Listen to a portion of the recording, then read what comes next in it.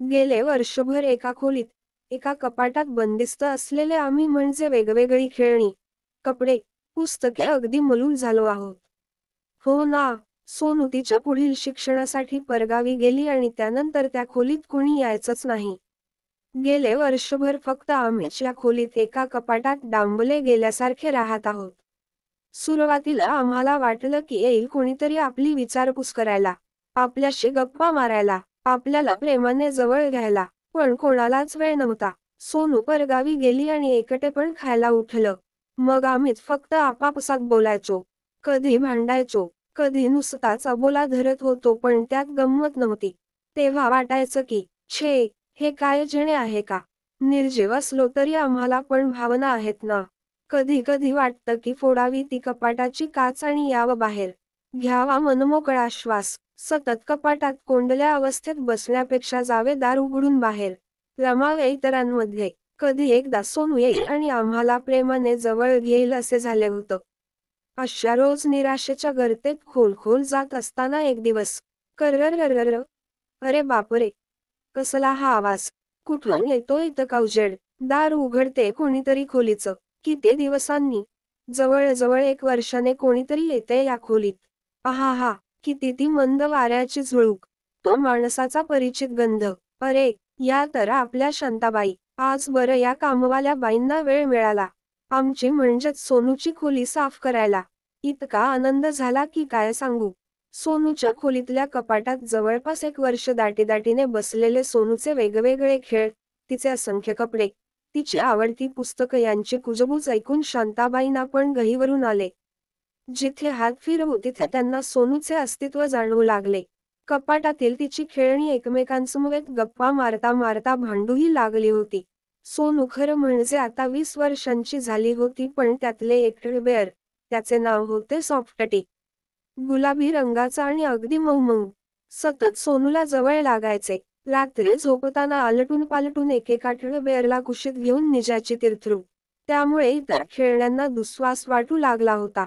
आज सोनूच्या जवळ झोपण्याचा नंबर कोणाचा यावरून कधीतरी pookie bear, chubby bear, fuzzy bear एकमेकात खूप भांडायचे.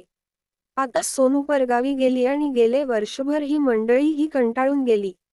तीच गत सोनूच्या बाहुल्यांची. तिच्या बाबांनी तिला वेगवेगळ्या देशातून असंख्य बाहुल्या आणल्या होत्या. अमेरिकेहून बार्बी डॉल, रशियातून आणलेली बार्बी मातुश्का, जपानी बाहुली निमगयो, तिच्या आजीने तिला दिलेली छोटीशी ठकी. ही ठकी सोनूची खूप आवडती बाहुली होती. सोनू असेच तो वरती रोज त्या बाहुल्यांशी बोलायची. कधीतरी मजेत त्यांच्याबरोबर भातुकली सुद्धा खेळायची. त्यांच्यासोबत गप्पा मारायची. त्यांना बाहेर जाताना पण बरोबर न्यायची, पण गेले वर्षभर एकाच खोलीत त्या डांबून बसल्या होत्या. मग एकमेकींसोबत कधी गप्पा मारायच्या किंवा कधी खूप भांडायच्या. तीच गत तिच्या आवडत्या पुस्तकांची. खूप वेगवेगळ्या विषयांवरची पुस्तके तिच्याकडे होती. अधूनमधून सोनू त्यांना प्रेमभरे जवळ घेऊन त्यांच्याशी गप्पा मारायची. एखादं प्रेम विषयावरचं पुस्तक वाचताना कुठेतरी स्वप्नात बघत राहायची. कधी एखादं पुस्तक वाचताना तिच्या डोळ्यात पाणी तरळायचं. एखाद्या पुस्तकाबद्दल खूप छान रसग्रहण करायची. त्यांच्या सहाय्याने तिने अनेक वक्तृत्व स्पर्धा जिंकल्या होत्या. रोज रात्री एक तरी पुस्तक वाचल्याशिवाय सोनू झोपायची नाही. आणि त्यामुळे तिच्या जवळच्या अस्तित्वाने पुस्तकं पण खुश व्हायची. पण गेले वर्षभर त्यांच्यावरची धूळही कोणी झटकली नव्हती. त्यामुळे ती पुस्तकं पण त्यांची कोणी निगराणी न केल्याने खूप कावली होती. एका खणातले सोनूचे खूप सारे विविध फॅशनचे कपडे, पण तेही एका वर्षात कुणीच न हाताळल्यामुळे जुनाट आणि मलूल दिसायला लागले होते. तेही उद्विग्नतेने हमरीतुमरीवर येऊ लागले होते. अशा तिच्या खोलीतल्या इतर अनेक गोष्टी, जसे तिचा सिंथसायझर, भिंतीवरचे घड्याळ की जे आता बंद पडले होते, तिचा पलंग, खुर्ची, सर्वच खूप कंटाळले होते. आता शांताबाईंना बघून त्या सर्वांची आशा पल्लवित झाली. म्हणजे सोनू येणारे की काय?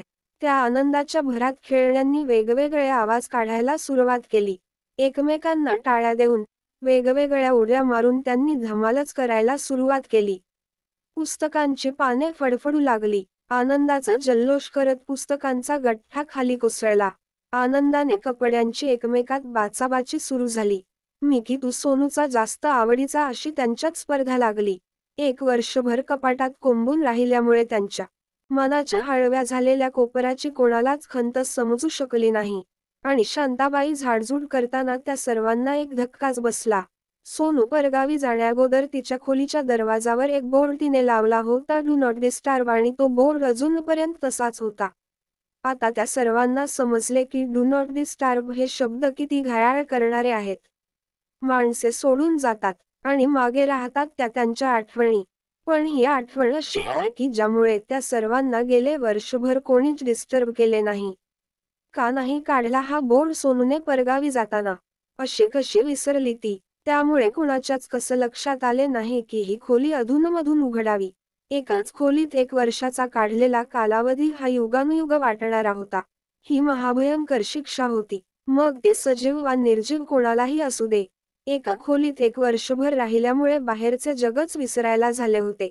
वातावरणातला एकाकीपणा हा एका खोलीत वर्षभर राहिल्यामुळे जास्तच गढूळ झाला होता. बाहेरचे जगच विसरायला झाले होते. कवी भा. धामणकर यांनी त्यांच्या भरून आलेले आकाश या काव्यसंग्रहातील वस्तू या कवितेत म्हणल्याप्रमाणे निर्जीव वस्तूंचा सजीवपणा जपावा, त्यांचेही कधीतरी लाड करावेत, त्यांनाही जीव आणि मन आहे हे समजून त्यांनाही मान द्यावा. त्यांना समजून घेतले तर त्या वस्तू प्रचंड सुखावतात. एका खोलीत 1 वर्षाचा कालावधी काढणे हे कोणत्याही सजीवाला शक्यच नाही, परंतु निर्जीव वस्तू सुद्धा काळवंडून जातात. हेही त्यांच्या दृष्टीने विलगीकरणचं तर आहे आणि ते सुद्धा भयंकर. दिवसरात्र आजूबाजूला फक्त काळोख, जवळ येत जाणाऱ्या विनाशाचीच तर जाणीव होते. म्हणजे खेळण्यांचे, पुस्तकांचे, कपड्यांचे रंगरूपच बदलून जाते. मृत्यूची भीती ही सजीवांनाच नाही तर वस्तूंनाही असते. वातावरणातला सन्नाटा हा जीव पोखरतो. जगणं कितीही असुरक्षित असलं तरी येणारा उद्या, उद्याची दिसणारी कोवळी पहाट, उद्यासाठी रचलेले वेगवेगळे मनोरथ हे एका खोलीच्या बाहेरचं जग किती सुंदर आहे हे दाखवून देतं. स्टार उद्या ही जाणीवच मनाला पालवी फुटणारी आहे. एका खोलीत 1 वर्षाचा कालावधी हा शब्दच आपल्या सुरक्षित तटबंदीला सुरुंग लावणारा आहे. त्यामुळे एका खोलीत 1 वर्षाचा कालावधी कंठ्याला कोणालाच लागू नये. हवे स्वच्छंदी, मनमोकळे आयुष्य.